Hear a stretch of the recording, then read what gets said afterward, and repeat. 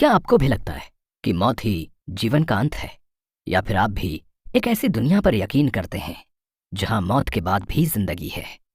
सदियों से साइंस इस अनसुलझे रहस्य को सुलझाने की कोशिश कर रहा है, लेकिन वो ये भूल जाते हैं कि जीवन मरण का ये चक्र तो शुरू ही जन्म या मृत्यु जीवन का वो रहस्य है जिसे समझ पाना आम इंसान के लिए आसान नहीं होता। क्योंकि जब बात जन्म की होती है तो इंसान खुश होता है, लेकिन वहीं जब बात मृत्यु की हो रही हो तो वो बस दुखी होकर रोने लगता है। उसे लगता है कि मृत्यु ही अंत है, कभी न खत्म होने वाली इस आत्मा का। क्या आपने कभी सोचा है कि मृत्यु के बाद ये आत्मा शरीर को छोड़कर आखिर जाती कहाँ है? इस बात पर यकीन करना या ना करना एक अलग बात है, लेकिन उस दूसरी दुनिया को समझने का बस एक ही तरीका है, और वो है आध्यात्मिकता, यानी स्पिरिचुअलिटी। ये शरीर ही है जो खत्म होता है, वरना इस आत्मा का तो कोई अंत ही नहीं है। ये आत्मा शरीर को छोड़ने के बाद वहीं चली जाती है जहां इसका असल निवास स्थान है। इस रहस्य को समझने के लिए बहुत से एक्सपेरिमेंट्स भी किए गए, जिनकी शुरुआत हुई 1870 में। इसमें आध्यात्मिकता के जरिए आत्मा को और भी गहरे ढंग से समझने की कोशिश की गई। आपने भी बहुत से लोगों से सुना होगा कि उन्होंने भूत को देखा है, और भूत का तो मतलब ही होता है बीता हुआ कल। लेकिन अगर वो आत्मा है तो वो बीता हुआ कल कैसे हो सकती है?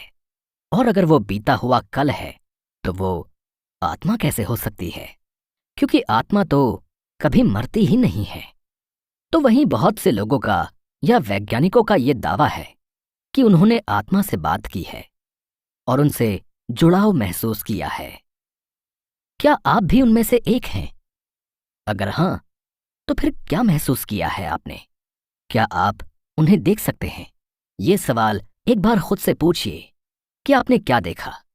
कहीं ऐसा तो नहीं कि आपने उन्हें महसूस किया और आपके इस चालाक दिमाग ने उस एहसास को पकड़कर आपकी आंखों के सामने एक छवि बना दी, जिसे आप आत्मा या भूत को देखना कहते हैं। हम बात करने जा रहे हैं कि क्या किसी इंसान के मरने के बाद भी उसकी आत्मा जिंदा रहती है। भगवद गीता में श्री कृष्ण ने कहा है कि जो पैदा हुआ है उसका मरना तो निश्चित रूप से तय है।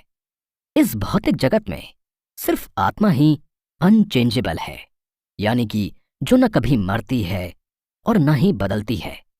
आज के समय में इंसान सोचता है कि ये भौतिक जगह, यानी कि ये धरती, ये जीवन जहां हम सुख और दुख को भोगते हैं, वही सब कुछ है, और इसके खत्म होते ही किसी इंसान का अस्तित्व खत्म हो जाता है।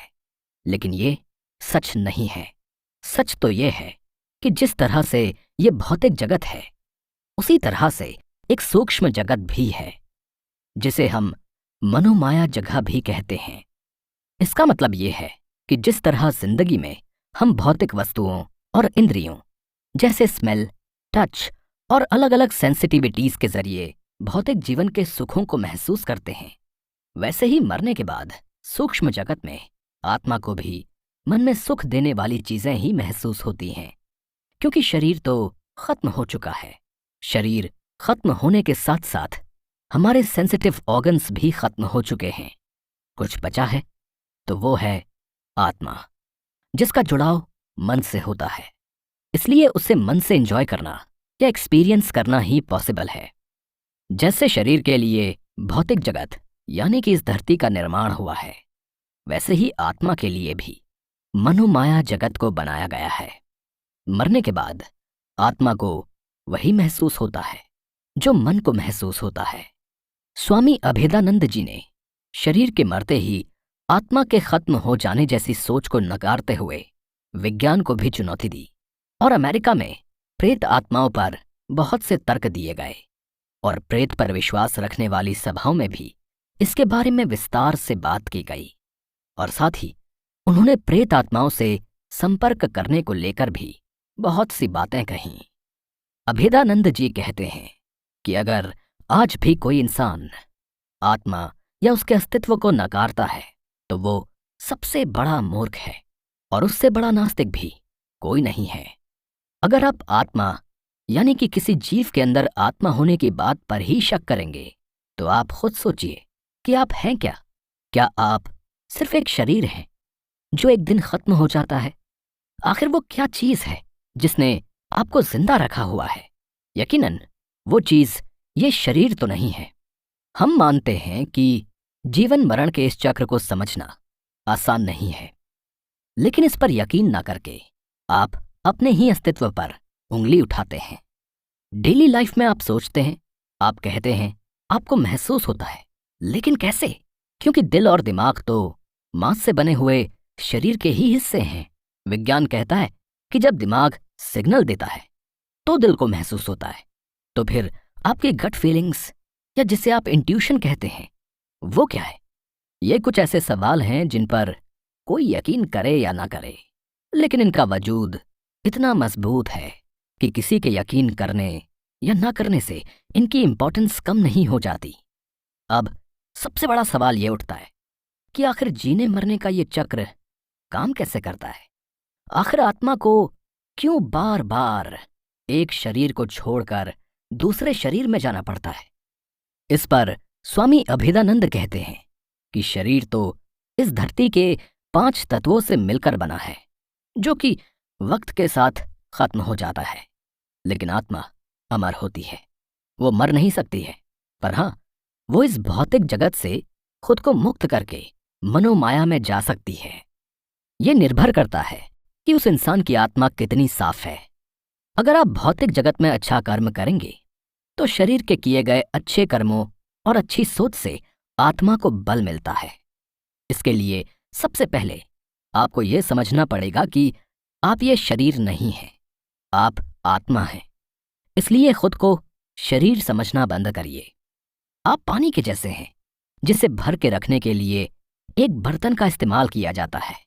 वो बर्तन कुछ भी हो सकता है, किसी भी रंग रूप का, किसी भी कद का हो सकता है। जैसे पानी को संभाल के रखने के लिए बर्तन को लगातार इस्तेमाल किया जाता है, लेकिन एक वक्त ऐसा भी आता है जब आपका वो बर्तन घिसने लगता है और एक दिन घिस के टूट जाता है। क्योंकि पानी के मालिक आप हो, तो ऐसी सिचुएशन में आप बर्तन बदल देते हैं ताकि आपका पानी सुरक्षित रहे। आत्मा भी जल है और ये शरीर उसे संभाल कर रखने वाला एक बर्तन है जिसे इस आत्मा के मालिक यानी कि भगवान हर बार बदल देते हैं ताकि ये आत्मा सुरक्षित रहे। भले ही आत्मा को शरीर हर बार नया मिले, लेकिन उसके कर्म उसके साथ ही रहते हैं। जीने मरने का ये चक्र तब खत्म होता है जब आपको सौंपे गए कर्मों का अंत होता है। जो इंसान बिना किसी फल की इच्छा किए अच्छा कर्म करता है और बिना किसी लालच के लोगों के काम आता है, वो मरने के बाद आत्माओं के जगत में चला जाता है। अगर कोई इंसान वो हर कर्म करता है जो आपको एक अच्छी आत्मा बनाए, वो हर कर्म जिसका वर्णन हमारे ग्रंथों में है, वो दयालु हो और बिना किसी स्वार्थ के प्रेम करना जानता हो, जब ऐसी किसी आत्मा की मृत्यु होती है तो वो मनोलोक में जाकर अपने पूर्वजों से मिलता है, जिसके बाद उसे मनोमाया जगत में स्थान दे दिया जाता है। मनोमाया जगत के बारे में हम आपको पहले भी बता चुके हैं। ये आत्माओं के रहने की जगह है। इसे सूक्ष्म जगत भी कहते हैं। लेकिन यहाँ आत्मा तब जाती है जब उसको भगवान ने जो काम सौंपे हैं वो उसे पूरा कर लेती है। अगर उसके कुछ कर्म इस धरती पर बाकी रह गए हैं या फिर गलती से भी उस आत्मा के हाथों कोई ऐसा कर्म हुआ है जिसकी उसने सजा नहीं पाई है, तो उस आत्मा को फिर से एक नया शरीर देकर जीने मरने के इस चक्र का हिस्सेदार बना दिया जाता है ताकि वो अपने कर्मों को पूरा कर इस जगत से मुक्त हो सके। दोस्तों, स्वामी अभेदानंद जी कहते हैं कि जिस दिन कोई आत्मा इस आत्मा के ज्ञान को प्राप्त कर लेती है कि वो शरीर नहीं आत्मा है, उस दिन उसका मोह इस धरती से खत्म हो जाता है। न कोई लालच रहता है, न कोई रिश्ते। उसे समझ आ जाता है कि वो परमेश्वर का अंश है, वो इस धरती पर रहने के लिए नहीं बना है। उस दिन वो मोक्ष पा लेता है। इसलिए ये समझना बेहद जरूरी है कि ये शरीर तो उस कपड़े की तरह है जिसे हमारी आत्मा ने पहन लिया है। जैसे ही ये शरीर खत्म होगा, आत्मा एक नया शरीर धारण कर लेगी। ये आत्मज्ञान यानी कि आत्मा का ज्ञान किसी किताब के पढ़ लेने या किसी गुरु के प्रवचन सुनने से नहीं मिलता है। ये ज्ञान मिलता है जब आप इस सच को मान लेने के काबिल हो जाते हैं कि आप एक आत्मा हैं, क्योंकि इंसान का दिमाग एक बंद बोतल की तरह होता है। अगर बोतल का ढक्कन बंद है तो आप उसमें जो चाहे डाल दें, लेकिन वो अंदर नहीं जाएगा। बोतल यानी कि आप उस ज्ञान को सुन या देख तो सकते हैं, लेकिन उसे समझ नहीं पाएंगे। तो जिस तरह बोतल में कुछ भी डालने के लिए उसके ढक्कन को खोलना पड़ता है, उसी तरह गुरुओं के ज्ञान को समझने के लिए भी आपको अपने दिमाग को खोलना पड़ेगा, ताकि आप सच और भ्रम के बीच का फर्क समझ पाएं।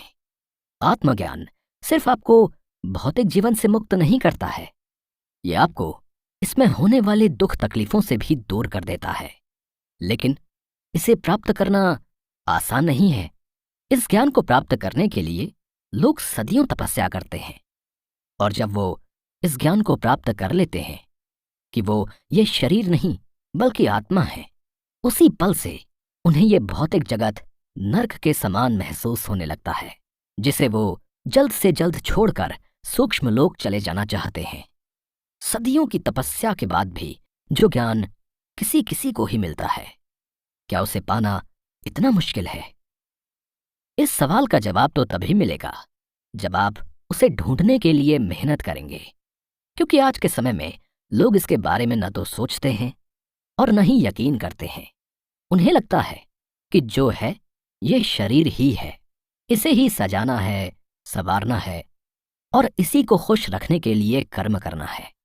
उन्हें आत्मा को महसूस होने वाली खुशी के बारे में ज्ञान नहीं है, तो वो इसके लिए खुद पर कैसे काम करेंगे? उन्हें तो ये तक नहीं पता कि आखिर एक आत्मा शरीर कैसे धारण करती है और फिर इसे कैसे छोड़ देती है। इस प्रोसेस में क्या होता है और किसी शरीर को इसे क्यों दोहराना पड़ता है?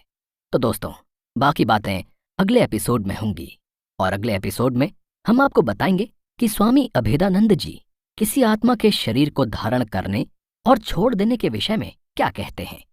लेकिन तब तक के लिए जुड़े रहिए हमसे और इंतजार करिए अगले एपिसोड का।